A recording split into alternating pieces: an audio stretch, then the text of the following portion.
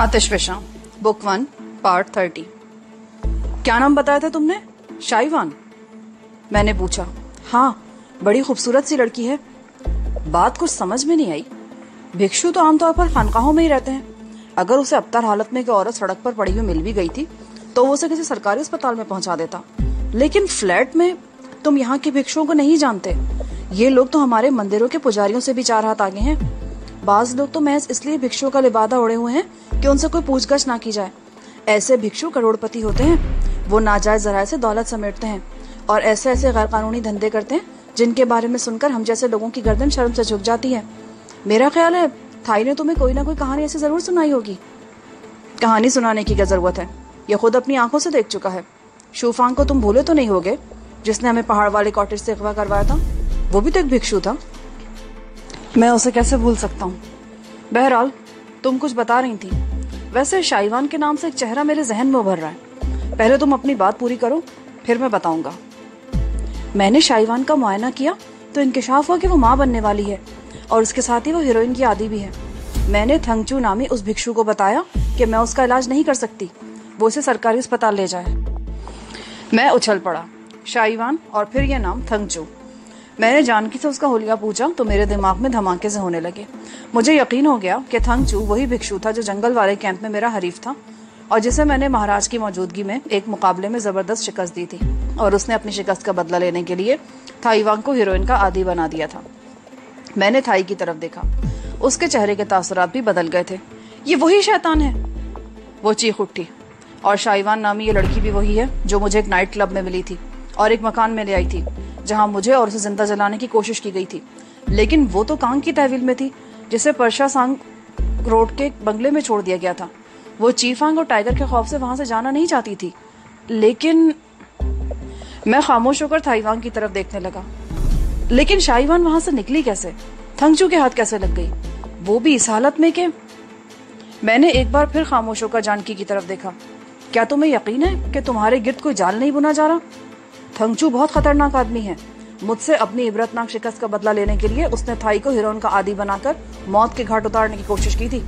कहीं उसे शुबा तो नहीं हो गया कि तुम्हारा हमसे कोई ताल्लुक है और इस तरह तुम्हारे जरिए वो हम तक पहुंचना चाहता हो? ये तो मैं यकीन से नहीं कह सकती कि उसे मुझ पर शुबा हुआ है या नहीं, लेकिन इस तरफ आते हुए मैं हमेशा इस बात का ख्याल रखती हूँ कि मेरी निगरानी या ताक़ुब तो नहीं हो रहा। आज भी मैंने इस बात का ख्याल रखा था। उसके बाद थंगचू ने तुमसे दोबारा राब्ता तो नहीं किया? नहीं। अब तुम खुद उससे राब्ता करोगी। मेरा मतलब है कि उसके फ्लैट पर जाओगी और शाइवान से ये मालूम करने की कोशिश करोगी कि वो थंगचू के हाथ कैसे लगी और असल मामला क्या है।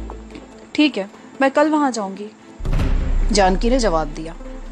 हम देर तक इसी मौजू पर बातें करते रहे। मुझे याद था कि उस रात जब थंगचू आखिरी मर्तबा खानका के गेट पर थाईवान को हीरोइन देने के लिए आया था तो वो पकड़ लिया गया था, बल्कि उसे पुलिस के हवाले कर दिया गया था। लेकिन वो इस तरह आजादी से कैसे घूम रहा था? जानकी देवी के जाने के बाद मैंने फोन का रिसीवर उठाकर मास्टर हुजन का नंबर मिलाया। उस वक्त रात के 12 बजने वाले थे, लेकिन कॉल मास्टर ने ही रिसीव की। चंद रस्मी जुमलों के तबादले के बाद मैंने पूछा, मास्टर, तुम्हें शाइवान नामी वो लड़की याद है ना, जिसके साथ मुझे जिंदा जलाने की कोशिश की गई थी? हाँ याद, अच्छी तरह। लेकिन वो 3 दिन बाद बगैर बताए किसी को उस बंगले से चली गई थी और हमने उसको तलाश करने की कोशिश भी नहीं की। पर तुम्हें वो कैसे याद आ गई? और वो भिक्षु थंगचू जिसे हीरोइन फरोख्त करने के जुर्म में पुलिस के हवाले किया गया था, उसने अपनी जमानत करवा ली थी, उसका केस चल रहा है। पर तुम ये सब कुछ क्यों पूछ रहे हो वजदान? शाइवान इन दिनों थंगचू के पास है और वो माँ बनने वाली है। क्या? तुम्हें सब कुछ कैसे मालूम हुआ? मास्टर ने पूछा। मेरे कुछ जराए हैं, मैं इस बारे में मजीद मालूमात हासिल करने की कोशिश कर रहा हूँ। क्या तुम्हें मालूम है कि टाइगर और दारा हीरोइन की स्मगलिंग के सिलसिले में गोल्डन ट्रायंगल की किसी पार्टी से राब्ता करने की कोशिश कर रहे हैं? लड़के, तुम्हारे कुछ ज्यादा ही परपुरजे नहीं निकल आया आजकल। ये बात तो है मास्टर। दरअसल मुझे एक ऐसा आदमी मिल गया है जिस पर मुकम्मल भरोसा किया जा सकता है। ये तमाम मालूमात मैंने उसी के जरिए हासिल की हैं और मेरा ख्याल है चंद रोज बाद मैं इस पोजीशन में आ जाऊंगा कि दारा और टाइगर पर एक भरपूर वार कर सकूं। ज्यादा ऊंचा उड़ने की कोशिश करोगे तो? नहीं मास्टर, मैंने उड़ने की तरबियत तुमसे हासिल की है, गिरूंगा नहीं।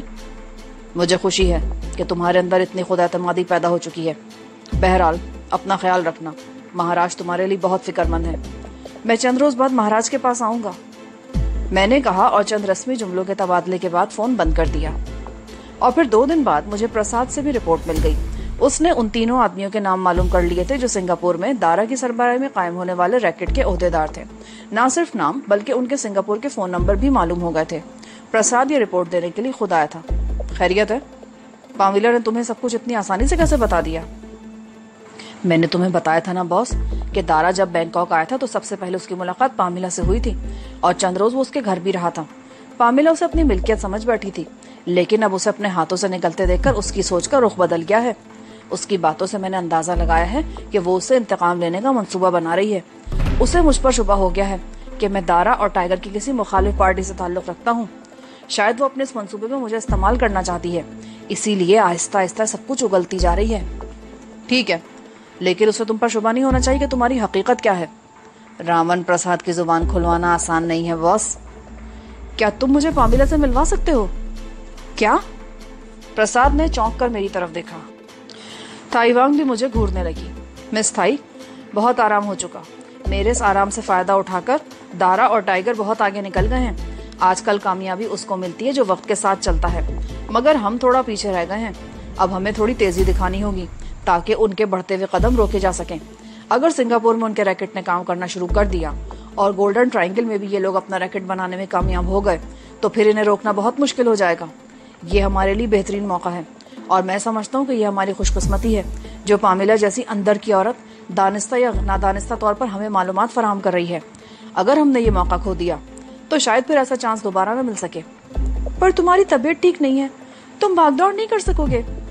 मैं बिल्कुल ठीक हूँ। अब तुम दोनों की मोहब्बत ने मुझे फिर से अपने पैरों पर खड़ा कर दिया है। जानकी ने जिस तवज्जो से मेरा इलाज किया वो काबिल तारीफ है। तुम दोनों नहीं बल्कि तीनों मेरे लिए बहुत बड़ा सहारा हो और मैं तुम में से किसी का भी शुक्रिया अदा नहीं करूंगा। इससे तुम लोगों की तौहीन होगी। बहरहाल मेरे लिए एक बेहतरीन मौका है और मैं इससे पूरा पूरा फायदा उठाना चाहता हूँ। वैसे भी हम कब तक चूहों की तरह बिल में दिप के रहेंगे? अगर हम इसी तरह छुपकर बैठे रहे तो दारा और उसके साथ ही वो सब कुछ कर गुजरेंगे जिससे हम इन्हें रोकना चाहते हैं। तो फिर तुम पामिला से कब मुलाकात करा रहे हो मेरी? मैंने आखिरी अल्फाज प्रसाद की तरफ देखते हुए कहे। कल तो नहीं, कोशिश करूंगा कि परसों तुम्हारी उससे मुलाकात करा दी जाए। परसों ये मुलाकात हर हाल में होनी चाहिए प्रसाद। एक आइडिया है मेरे जहन में। वो क्या?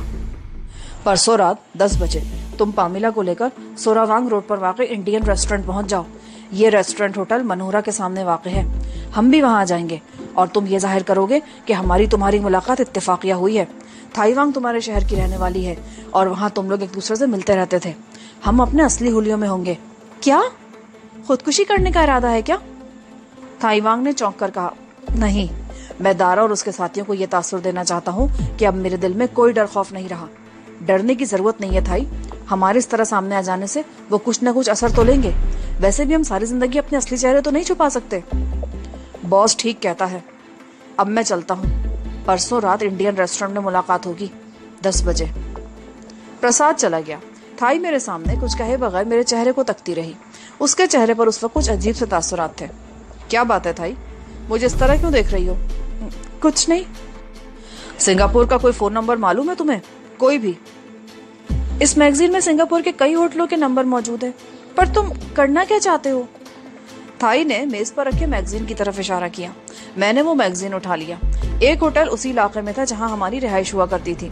मैं दरअसल इंस्पेक्टर चियांगशु को फोन करके दारा के सिंडिकेट के बारे में इत्तला देना चाहता था, लेकिन मुझे उसका फोन नंबर मालूम नहीं था। वो इंटरनेशनल डायलिंग कोड डायरेक्टरी में मौजूद था। मैंने सिंगापुर के उस होटल फोन करके इंस्पेक्टर चियांगशु का नंबर हासिल किया और चंद सेकंड बाद उसका नंबर मिलाने लगा। इंस्पेक्टर चियांगशु उस वक्त पुलिस स्टेशन में ही था। जब मैंने उसे अपने बारे में बताया तो वो बहुत खुश हुआ। प्रताप सिंह के कत्ल का तो इन्हीं दिनों पता चल गया था, लेकिन मेरे बारे में उसे कोई इत्तला नहीं थी। तकरीबन 5 मिनट तक दोनों तरफ से रस्मी जुमलों का तबादला होता रहा। फिर मैं असल मौजू पर आ गया। अंकल, आपको मालूम है दारा और किम वगैरह आजकल बैंकॉक में है, लेकिन दारा ने सिंगापुर में भी अपनी सरगर्मियां जारी रखी हुई हैं। मेरे को उसके आने का 2-3 मरतबा पता चला, पर वो गायब हो गया। दारा ने जो मकसद हासिल करने के लिए मेरे माँ बाप को कत्ल किया था और मुझे भी कत्ल करना चाहता है, उसने सिंगापुर में अपने इस मंसूबे की बुनियाद रख दी है। मैं समझा नहीं, खुलकर बताओ। उसने हीरोइन की स्मगलिंग के लिए सिंगापुर में रैकेट कायम कर लिया है, मैंने कहा, और फिर उसे अपनी मालूमात से आगाह करने लगा। मैंने उन तीनों अफराद के नाम और टेलीफोन नंबर्स भी लिखवा दिए। इन नंबरों से उनके एड्रेस मालूम किए जा सकते हैं। मैं कल रात दोबारा फोन करूंगा ताकि ये मालूम हो सके कि मेरी इस इत्तला का नतीजा क्या निकला। तुम अच्छी खबर सुनेगा माय सन। अपना ख्याल रखना। Wish you good luck. Inspector चियांगशु ने कहा। यह सब मुझे वक्त ने सिखाया है। मेरे होठों से मुस्कुराहट गायब हो गई। उस वक्त ने मेरा सब कुछ छीन लिया और मुझे वक्त से पहले जवान कर दिया। मेरी उम्र के लड़के तालीम हासिल करते हैं, खेलते कूदते हैं और अपनी पसंद से वक्त गुजारते हैं। कराटे आजकल का मकबूल खेल है। लड़के उसे खेल समझ कर ही सीखते हैं, लेकिन मैंने उसे अपनी जिंदगी के बचाव का वसीला बना लिया। मेरी आज़ादी छिन गई। मैं चारों तरफ से खूनी भेड़ियों में घिरा हुआ हूँ। अपने आप को इन दरिंदों से बचाने की कोशिश कर रहा हूँ। अगर मेरे साथ वो हादसा पेश ना आता तो शायद क्या, बल्कि यकीनन इन सारी तलखियों से मैं दूर होता। मेरी आवाज भर आ गई। इंस्पेक्टर शू से फोन पर बात करने के दौरान कई पुराने जख्म छिल गए थे। वो जख्म इतने पुराने भी नहीं थे कि मैं उन्हें भूल जाता। इन्हीं यादों के सहारे तो मैं जी रहा था। वही जज्बा तो मुझे जिंदा रखे हुआ था। चियांगशु की बातों ने मेरे जख्मों में टीस सी पैदा कर दी और मैं बेचैन हो गया। थाई वांग ने फौरन ही मेरी कैफियत को महसूस कर लिया। वो कुर्सी से उठकर बेड पर आ गई और मुझे अपने साथ लिपटा लिया और फिर एक अजीब से एहसास ने मुझे अपनी लपेट में ले लिया। मैं पुरसुकून होता गया और थाई वांग की गोद में सर रखे रखे सो गया। उस रात में कई रोज बाद पुरसुकून और गहरी नींद सोया था। सुबह आंख खुली तो अपने आप को बहुत हल्का फुल्का महसूस कर रहा था। थाई उस वक्त किचन में थी। बर्तनों की आवाज सुनाई दे रही थी। मैं भी उठकर किचन में आ गया। वो चाय बना रही थी। मेरी तरफ देखकर मुस्कुरा दी। हम लाउंज में बैठे चाय पी रहे थे कि जानकी देवी आ गई। उसे देखकर मेरा माथा ठनका। अभी 7:30 बजे थे और इतनी सुबह सुबह वो कभी नहीं आई थी। थाई की आंखों में भी उलझन तैर गई। क्या हुआ जानकी? तुम कुछ परेशान लग रही हो। वो लड़की मेरे घर आ गई है आज सुबह 5 बजे। कौन सी लड़की? मैंने चौंक कर उसकी तरफ देखा। वही शाइवान। मुझे नहीं मालूम कि उसे मेरे घर का पता कैसे चला, लेकिन उसने जो इंकशाफ किए हैं वो बड़े सनसनीखेज हैं। 1 मिनट, मैं तुम्हारे लिए चाय बना लाऊं, फिर बात करते हैं। थाई तकरीबन 10 मिनट बाद चाय लेकर आई। हाँ बोलो, क्या किस्सा है? वो जानकी की तरफ कब बढ़ाते हुए बोली। सुबह 5 बजे कॉल बेल की आवाज सुनकर मेरी आंख खुल गई। मैं एकदम बदहवास सी हो गई। मेरे जहन में अचानक ही यह ख्याल उभरा कि कहीं तुम लोगों पर तो कोई उफ्ताद नहीं आन पड़ी। मैंने दरवाजा खोला तो वो सामने खड़ी थी। उस वक्त अगरचे दिन की रोशनी पूरी तरह नहीं फैली थी, मैं उसका चेहरा भी नहीं देख सकी। दरवाजा खुलते ही मुझे धक्का देकर अंदर आ गई और खुद ही दरवाजा भी बंद कर दिया। मैं उसे देखकर चौंक गई और वो मेरे कदमों में गिर गई और रो रो कर कहने लगी कि मुझे बचा लो। मैं उसे कमरे में ले आई। थोड़ी देर बाद जब उसके हवास बहाल हुए तो उसने बताया कि एक रात तुम उसे जलते हुए मकान से बचाकर लेकर गए थे और एक कॉटेज में छोड़ दिया था जहां 2 आदमी थे। शाइवान के कहने के मुताबिक उसे वहां कोई तकलीफ नहीं थी, कोई पाबंदी भी नहीं थी। वो आजादी से पूरे घर में घूमती फिरती थी, लेकिन उसके दिल में चोर था। वो समझती थी कि उसने तुम्हें फंसाया था और तुम वापस आओगे तो उससे बासपुर जरूर करोगे। इसलिए अगरचे बाहर भी खतरा था, लेकिन तुम्हारी बासपुर के खौफ से वो एक रात उस कॉटेज से निकल गई। वो 2-3 दिन तक तो इधर उधर छुपती फिरी। फिर एक रोज थंगचू के हाथ लग गई।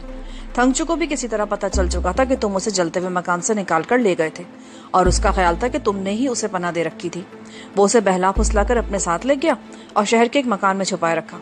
इस दौरान वो ना सिर्फ उससे तुम्हारे बारे में पूछता रहा, बल्कि उसे हीरोइन भी इस्तेमाल कराता रहा। हीरोइन के नशे ने शाइवान को जेर कर दिया और उसने उस कॉटेज का पता बता दिया जहां तुम उसे लेकर गए थे। थंगचू ने उस कॉटेज की निगरानी शुरू कर दी। कई रोज बाद उस पर यह इंकशाफ हुआ कि तुम्हारा उस कॉटेज से कोई ताल्लुक नहीं। तुम उसे धोखे से वहां छोड़ गए थे और कॉटेज में रहने वाले 2 आदमियों को एक माकूल रकम दे गए थे कि 2-4 दिन बाद इस लड़की को वहां से रुखसत कर दिया जाए।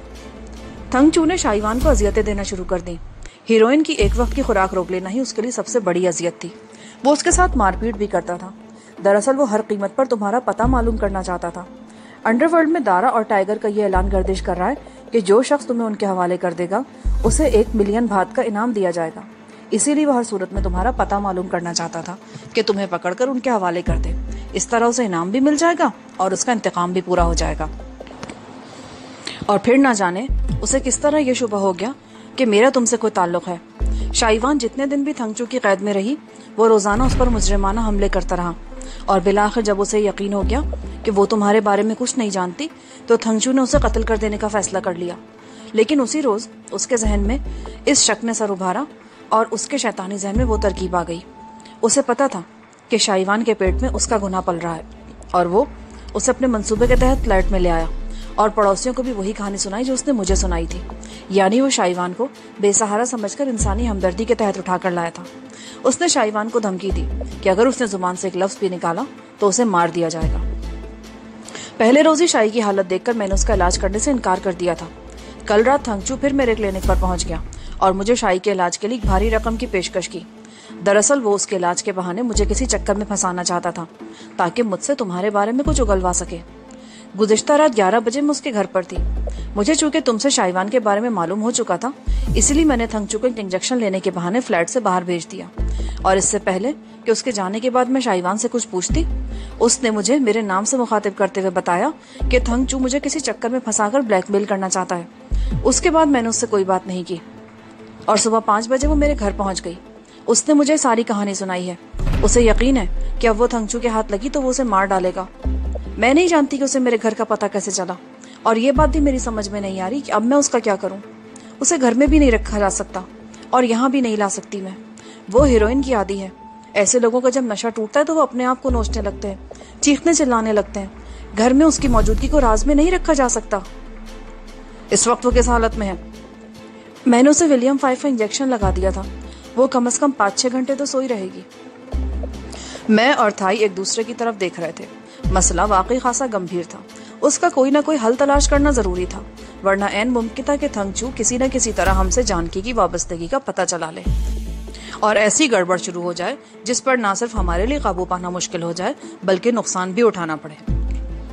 उससे निजात हासिल करने का एक ही तरीका समझ में आता है।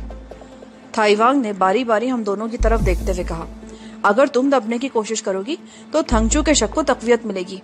इसलिए इससे पहले कि वो तुम्हारे खिलाफ कोई कदम उठाए, तुम उस पर चढ़ दौड़ो। पर वो कैसे थाई? पुलिस को इत्तला दे दो। थंगचू पहले हीरोइन के केस में मुलव्विस है और जमानत पर है।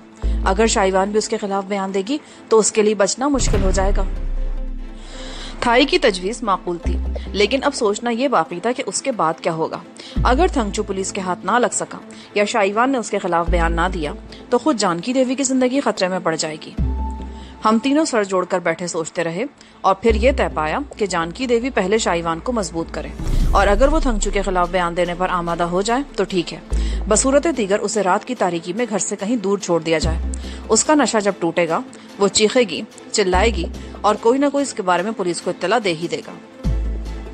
मेरे जहन में एक और तरकीब आई है, जानकी बोली। क्यों ना उसे रात तक अपने घर में रखा जाए और समझा बुझाकर आधी रात के लगभग उसे अकेले ही पुलिस स्टेशन भेज दिया जाए। उसे यह समझा दिया जाए कि मैं पसे मंजर में रहकर उसकी मदद करती रहूंगी, लेकिन इस मामले में मेरा नाम ना आने पाए। अगर वो ये बात मान ले तो सारा मसला हल हो जाएगा, लेकिन उसे तुम्हारे घर से पुलिस स्टेशन लेकर जाएगा कौन? मैंने कहा। फिर अचानक ही मेरे दिमाग में झमाका सा हुआ। रामन प्रसाद। हाँ, ये काम प्रसाद कर सकता है। ये ठीक रहेगा, थाई ने कहा। उसका एक कॉन्टेक्ट नंबर हमारे पास मौजूद है। अभी 2 दिन पहले ही तो उसने नंबर दिया था। आज दोपहर तुम इस नंबर पर उसके लिए पैगाम छोड़ दो, वो शाम को यहाँ आ जाएगा। तो ठीक है जानकी, तुम मामूल के मुताबिक अपने क्लिनिक पर जाओ, लेकिन तुम्हें इस बात का यकीन कर लेना चाहिए कि तुम्हारी अदम मौजूदगी में शाइवान को नया मसला खड़ा न करते। मैं ख्याल रखूंगी, जानकी ने कहा। थाई किचन में जाकर नाश्ता तैयार करने लगी और फिर 9:30 बजे के करीब जानकी नाश्ता करके रुखसत हो गई। मैंने 11 बजे के लगभग प्रसाद के नंबर पर कॉल की, जहां मैंने बॉस के हवाले से पैगाम छोड़ दिया। वो दरअसल एक छोटे से रेस्टोरेंट का नंबर था जहां प्रसाद उस वक्त नाश्ता करने आता था। आधे घंटे बाद ही प्रसाद की कॉल आ गई। जाहिर है फोन पर ऐसी बात नहीं हो सकती थी। मैंने उसे यहाँ आने का कहकर फोन बंद कर दिया। सूरत हाल वाकई खौफनाक हो गई है। अगर थंगचू को यकीन हो गया कि जानकी देवी का हमसे कोई ताल्लुक है तो वो हमारा सुराग लगा लेगा और हमारे लिए खतरात बढ़ सकते हैं। वजदान, खतरात तो पहले ही हमारे चारों तरफ मंडला रहे हैं। देखना सिर्फ यह है कि हम इनसे महफूज किस तरह रह सकते हैं। हो सकता है हमें ये पनाहगाह भी छोड़नी पड़े, लेकिन मेरा ख्याल है कि प्रसाद सिचुएशन को हैंडल कर लेगा। मुझे उस पर पूरा एतमाद है। वैसे भी हमें अपने तौर पर तैयार रहना चाहिए। वैसे मेरे जहन में एक और तजवीज़ है। क्यों ना हम कुछ अरसे के लिए शहर से बाहर चले जाएं, मसलन चियांग राय। वहाँ शीनू मौजूद है, वो हमारी रिहाइश का बंदोबस्त कर सकती है। शहर से बाहर तो रिहाइश का बंदोबस्त कहीं भी हो सकता है, लेकिन मैं फिलहाल बैंकॉक नहीं छोड़ना चाहता। यहाँ की सूरत हाल ऐसी है कि हमारे राह फरार इख्तियार करने से इनके लिए रास्ता खुल जाएगा और मैं उन लोगों के लिए आसानियां पैदा नहीं करना चाहता। थाईवान जवाब देने के बजाय मेरी तरफ देखती रही, फिर वहां से उठकर चली गई। दोपहर 2 बजे के करीब प्रसाद आ गया। उससे तकरीबन 1 घंटे तक इस मौजू पर बात होती रही। ठीक है बॉस, आज ये काम हो जाएगा और अगर थंगचू ने रास्ते में आने की कोशिश की तो उसका किस्सा भी खत्म कर दिया जाएगा। तुम किस वक्त जाओगे? मेरे ख्याल में रात 12 बजे के बाद का वक्त मुनासिब रहेगा, प्रसाद ने जवाब दिया। थाई ने उसे जानकी के घर का पता अच्छी तरह समझा दिया और उसके कुछ देर बाद वो रुखसत हो गया। उस शाम 8 बजे के लगभग जानकी का फोन आया। वो उस वक्त अपने क्लिनिक पर थी। उससे सारा मामला तय हो गया है। वो हमारे बताए हुए प्रोग्राम पर अमल करने को तैयार है। मैंने उससे वादा किया है कि पसे मंजर में रहकर उसकी भरपूर मदद करूंगी। उसे ना सिर्फ उस भिक्षु से निजात मिल जाएगी बल्कि मैं उसका इलाज भी करूंगी। भिक्षु को यह शोभा तो नहीं हुआ कि वो तुम्हारे पास है? मैंने पूछा। नहीं, आज सुबह के वक्त वो मेरे क्लिनिक पर आया था ये पूछने के लिए कि शाइवान मुझसे कोई मशवरा करने या दवा वगैरह लेने के लिए तो यहाँ नहीं आई। बहरहाल वो तसल्ली करके चला गया, लेकिन मैं कह नहीं सकती कि उसे मेरी बात पर यकीन आ गया था या नहीं। मैं आज दिन भर खासी मोहतात रही हूँ। मैंने अपने आसपास किसी ऐसे शख्स को भी नहीं देखा जिस पर शुबा हो कि वो मेरी निगरानी कर रहा है। गुड। प्रसाद आज रात 12 बजे के बाद किसी वक्त तुम्हारे यहाँ पहुंच जाएगा। ठीक है, मैं इंतजार करूंगी। मैंने फोन बंद किया और थाई को जानकी से होने वाली गुफ्तगू के बारे में बताने लगा और फिर उसी रात 11 बजे के करीब मैंने सिंगापुर फोन किया। इंस्पेक्टर चियांगशु शायद मेरी ही कॉल का मुंतजिर था। तुम्हारी इत्तला बिल्कुल दुरुस्त थी मायसन। मैंने कल रात ही तुम्हारे बताए हुए फोन नंबरों में से उन तीनों के एड्रेस मालूम करके 2 घंटों के अंदर अंदर उनके बारे में जरूरी मालूमात हासिल कर ली थी और आज सुबह सवेरे तीनों जगहों पर बैक वक्त छापे मारे गए थे। उनका यूरेशियन पार्टनर तो पुलिस मुकाबले में मारा गया है। अलबत्ता इंडिया से ताल्लुक रखने वाला पार्टनर भोलानाथ और पाकिस्तानी पार्टनर जमाल पकड़े गए हैं। जमाल दारा का फर्स्ट कजन है और भोलानाथ के कब्जे से 10 किलोग्राम हीरोइन भी बरामद हुई है जिसे वो यूरोप की तरफ स्मगल करने का मंसूबा बना रहे थे। उन लोगों से हम तफ्तीश कर रहे हैं और उम्मीद है कि उनसे मजीद सनसनीखेज इंकशाफात होंगे। Thank you uncle Chiang. मेरे सर से एक बहुत बड़ा बोझ उतर गया।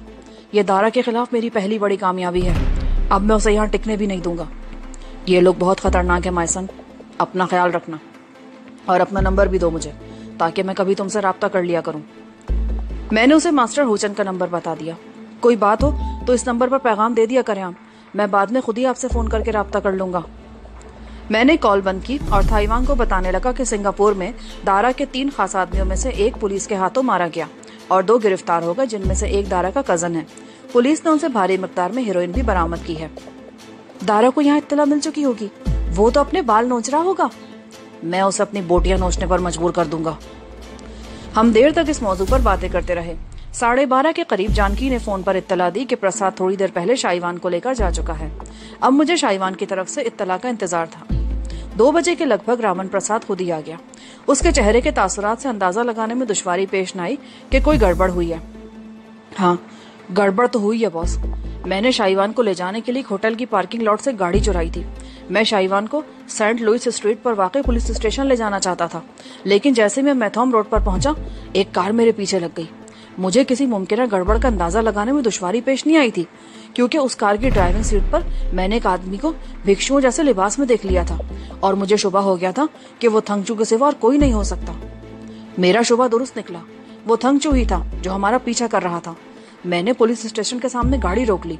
शाइवान कार से उतरकर पुलिस स्टेशन के गेट की तरफ जा ही रही थी कि पीछे से आने वाली कार एक लम्हे को वहां रुकी। उस कार से यके बाद दीगरे कई गोलियां चलाई गई। शाइवान वहीं चीख कर ढेर हो गई। मैं उस वक्त अपनी कार एक साइड स्ट्रीट पर मोड़ रहा था। मैं कार रोककर नीचे उतर आया। दूसरी कार तेज रफ्तारी से सीधी निकल गई थी, लेकिन इत्तेफाक से 2 पुलिस ऑफिसर मोटरसाइकिलों पर सवार उस तरफ निकल आए। उन्होंने कार का ताक़ुब करना शुरू कर दिया। फायरिंग के तबादले के दौरान कार बेकाबू होकर फुटपाथ पर चढ़कर उलट गई। पुलिस ने थंगचू को शदीद जख्मी हालत में हिरासत में ले लिया है। शाइवान खत्म हो चुकी है।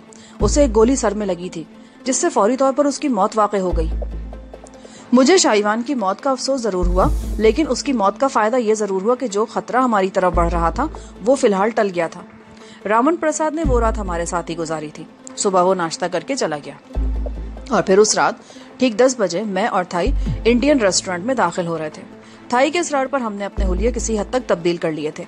रामन प्रसाद एक लड़की के साथ कोने वाली मेज पर बैठा था। लड़की की पुश्त हमारी तरफ थी। मैं उसका चेहरा नहीं देख सका। करीब की मेज पर बैठते हुए मैं अचानक ही प्रसाद की मेज की तरफ बढ़ा। अरे प्रसाद, तुम्हें यहाँ देखकर मुझे हैरत हो रही है। चियांग राय से कब आए? मैंने करीब पहुंचकर कहा। प्रसाद ने भी हाथ मिलाते हुए बड़ी गर्मजोशी का मुजाहरा किया और फिर उस लड़की की शक्ल देखकर मैं चौंके बिना न रह सका। जाहिर है वो पामेला थी और ये वही लड़की थी जो खानका के गेट पर मुझे गुलदस्ता देकर गई थी जिसमें बॉम्ब लगा हुआ था। रामन प्रसाद ने पामेला को यही तासुर दिया कि मैं उसका पुराना दोस्त हूँ और महज इत्तेफाकिया तौर पर यह मुलाकात हो गई है। उसकी दावत पर हम भी उसकी मेज पर बैठ गए। वो भी गालिबन थोड़ी देर पहले ही वहां आए थे और उन्होंने अभी तक कोई ऑर्डर नहीं दिया था, लिहाजा ये जिम्मेदारी मैंने संभाल ली। हम आधे घंटे बाद वहां से उठ गए थे। प्रसाद हमें चाइना टाउन के इलाके में वाक़ एक फ्लैट में ले आया था। ये फ्लैट उसने अपने लिए ले रखा था और यहाँ जरूरत की तमाम चीजें मौजूद थी। पामिला कुछ बुझी बुझी से लग रही थी और उसकी बातों से भी मायूसी झलक रही थी। मेरा ख्याल है तुम्हें कोई ऐसा सदमा पहुंचा है जिसने तुम्हें अपसेट कर रखा है। अगर कोई ऐसी बात है तो हमें बताओ, शायद हम तुम्हारी कोई मदद कर सकें। मैंने उसके चेहरे पर नजरें जमाते हुए पूछा। मुझे किसी की मदद की जरूरत नहीं, उस कमीने से मैं अकेली ही निपटूंगी। ओह, मेरा ख्याल है तुम्हारे बहुत किसी करीबी दोस्त ने तुम्हें धोखा दिया है। ऐसा वैसा धोखा? ये एक अजनबी को चाहने लगी थी और उसे अपना सब कुछ समझ बैठी थी। वो अजनबी कुछ अरसे तक तो इसे बावर कराने की कोशिश करता रहा कि वो सिर्फ इसी का है। दरअसल वो यहाँ अपने कदम जमाना चाहता था और जब उसका मकसद पूरा हो गया तो उसने इसको नजरअंदाज करना शुरू कर दिया। पामिला को इस बात का दुख है, प्रसाद ने कहा। इसमें परेशान होने की क्या बात है? उसका नाम पता बताओ, हम उसे पकड़कर सड़क पर जूते लगाएंगे। मैंने पामिला से कहा। वो बहुत बड़ा गैंग लीडर है। पामिला ने कहा। वो चंद लम्हे खामोश रही, फिर दारा के खिलाफ बोलने लगी। मैं यही चाहता था कि वो अपने मुंह से कुछ चुप ले। ये जेर जमीन दुनिया भी बड़ी अजीब है। यहाँ एक दूसरे के खिलाफ साजिशें चलती रहती हैं और पामिला जैसी हसीन लड़कियां इन साजिशों में बड़े अहम किरदार अदा करती हैं। कभी तो वो अपने आका के लिए जान तक देने को तैयार हो जाती हैं और कभी किसी मामूली सी बात पर इस तरह बिगड़ती हैं कि अपने आका को तबाही के गार में धकेल देती हैं। पामिला का शुमार भी ऐसी ही लड़कियों में होता था। उसने दारा और टाइगर के कहने पर मुझे बम से उड़ाने की कोशिश की थी और अब मुझे अपना हमदर्द पाकर दारा के खिलाफ दिल की भड़ास निकाल रही थी। दारा सिंगापुर से आया था और मुझे आज ही पता चला कि सिंगापुर में उसके कुछ आदमी पकड़े गए हैं और माली तौर पर भी उसे बहुत बड़ा नुकसान उठाना पड़ा है। मैंने पामिला की तरफ देखते हुए कहा, तुमको कैसे पता चला? उसने चौंक कर मेरी तरफ देखा। ऐसी खबरें छुपी नहीं रह सकती। अंडरवर्ल्ड में तो सभी लोग ये बात जान चुके हैं कि सिंगापुर में पकड़े जाने वाले आदमी दारा के थे। ये सच है। उसे कल शाम को ये इत्तला मिली थी और वो पागल हुआ फिर रहा है। सिंगापुर में उसके आदमियों के पकड़े जाने के हवाले से ये बात भी सुनने में आई है कि उनकी मुखबिरी वजदान ने की थी। पामिला ने कहा। लेकिन वजदान तो यहाँ बैंकॉक में है, वो सिंगापुर में किसी की मुखबिरी कैसे कर सकता है? मैंने कहा। दारा ने अपने जराये से तस्दीक कर ली है। सिंगापुर के अखबारात में उसका नाम छपा है। उसने यहाँ से सिंगापुर के किसी पुलिस ऑफिसर को फोन किया था। दारा पहले ही उसकी तलाश में था। वो उस पर कई वार कर चुका है पर हर मर्तबा बच निकलता है। उसे कुछ अरसे पहले बम से उड़ाने की कोशिश की गई थी लेकिन वो फिर बच निकला और 1 महीना पहले तो वो किसी गेस्ट हाउस में दारा और किम की पिटाई करके चला गया था। दारा को यकीन है कि गेस्ट हाउस से फरार होते हुए उसे कम से कम 2 गोलियां जरूर लगी थी। गेस्ट हाउस में लॉन से दीवार तक खून के धब्बे देखे गए थे। दारा और टाइगर के आदमियों ने शहर के तमाम सरकारी और प्राइवेट अस्पताल छान मारे पर उसका कोई सुराग नहीं मिला। अब दारा के बारे में तुम्हारा क्या ख्याल है? क्या चाहती हो तुम? मैंने उसके चेहरे पर नजरें जमाते हुए पूछा। वो मुझ पर भी शुबा करने लगा है और मुझे दूसरी औरतों के सामने जलील करता रहता है। मैं उससे ऐसा इंतकाम लेना चाहती हूँ कि वो जिंदगी भर याद रखे। क्यों ना हम मिलकर काम करें? मुझे भी उससे कुछ पुराना हिसाब चुकाना है। कैसा हिसाब? उसने चौंक कर मेरी तरफ देखा। दारा ने तुम्हें दुख पहुंचाया है, तुम्हारे एतमाद को ठेस पहुंचाई है, तुम्हारे दिल को चकनाचूर किया है। अगर तुम उससे इंतकाम लेने में वाकई संजीदा हो तो हम तुम्हारा साथ दे सकते हैं। वैसे तुम पहली लड़की नहीं हो जो दारा के फरेब का शिकार हुई हो। इसका मतलब है कि हाँ, दारा एक जराइम पेशा और पेशावर शिकारी आदमी है। मैं उसकी आतिश इंतकाम को भड़काने की कोशिश कर रहा था। सिंगापुर की बातों पे शायद तुम्हें यकीन ना है लेकिन यहाँ की चंद मिसालें दूंगा। जिन लड़कियों के मैं नाम ले रहा हूँ उन्हें तुम भी बहुत करीब से जानती होगी। कौशल्या, वो हिंदू लड़की जिसे दारा ने अपने जाल में फांसकर पहले उसे महाराज के खिलाफ बगावत पर आमादा किया और फिर उसे अपने बिस्तर की जीनत बनाता रहा। जब उसका मकसद पूरा हो गया, उससे तबीयत भर गई तो उसे निहायत बेरहमी से मौत के घाट उतार दिया गया। शाइवान, उसके बारे में भी तुमने आज ही सुना होगा, अखबारों में भी छपा है उसके मुताल्लिक। गुज़िश्ता रात दारा के आदमियों ने उसे उस वक्त गोलियों से भून डाला जब वो दारा के खिलाफ फरियाद लेकर पुलिस स्टेशन जा रही थी। कुछ अरसा पहले इसी शाइवान को एक मकान में जिंदा जला देने की कोशिश की गई थी। सिर्फ यही 2 मिसालें नहीं हैं, मैं तुम्हें और भी बहुत सी लड़कियों के नाम गिनवा सकता हूँ जो दारा के जुल्म का शिकार हुई हैं। एक ताज़ा तरीन मिसाल तो तुम खुद हो। पामिला फटी फटी नजरों से मेरी तरफ देख रही थी। वो कुछ कहना चाहती थी लेकिन मैं उसे मौका दिए बगैर बोलता रहा। तुमने दारा के लिए क्या कुछ नहीं किया। उसे उस वक्त पनाह दी जब वो यहाँ अजनबी था और पुलिस उसकी तलाश में थी। तुमने ना सिर्फ उसे पनाह दी बल्कि अपने आप को भी उसके सुपुर्द कर दिया। उसके कदम रफ्ता रफ्ता जमते चले गए। तुमने उसे टाइगर तक भी पहुंचा दिया। वो ना सिर्फ तुम्हें खिलौने की तरह खुद इस्तेमाल करता रहा, बल्कि अपने नए दोस्तों के सामने भी तुम्हें पेश करता रहा, जिनसे वो कोई फायदा उठाना चाहता था। तुम उसकी खुशी की खातिर सब कुछ करती रही, यहाँ तक कि तुमने एक ऐसे शख्स को भी बम से उड़ाने की कोशिश की जिसे तुम जानती तक नहीं थी। तुम ये सब कुछ कैसे जानते हो? वो हकलाई। उसके चेहरे पर हल्का सा खौफ था और आंखों में वहशत थी। यहाँ पर पार्ट 30 का इख्तिताम होता है। आगे कहानी सुनने के लिए पार्ट 31 समाअत फरमाएं।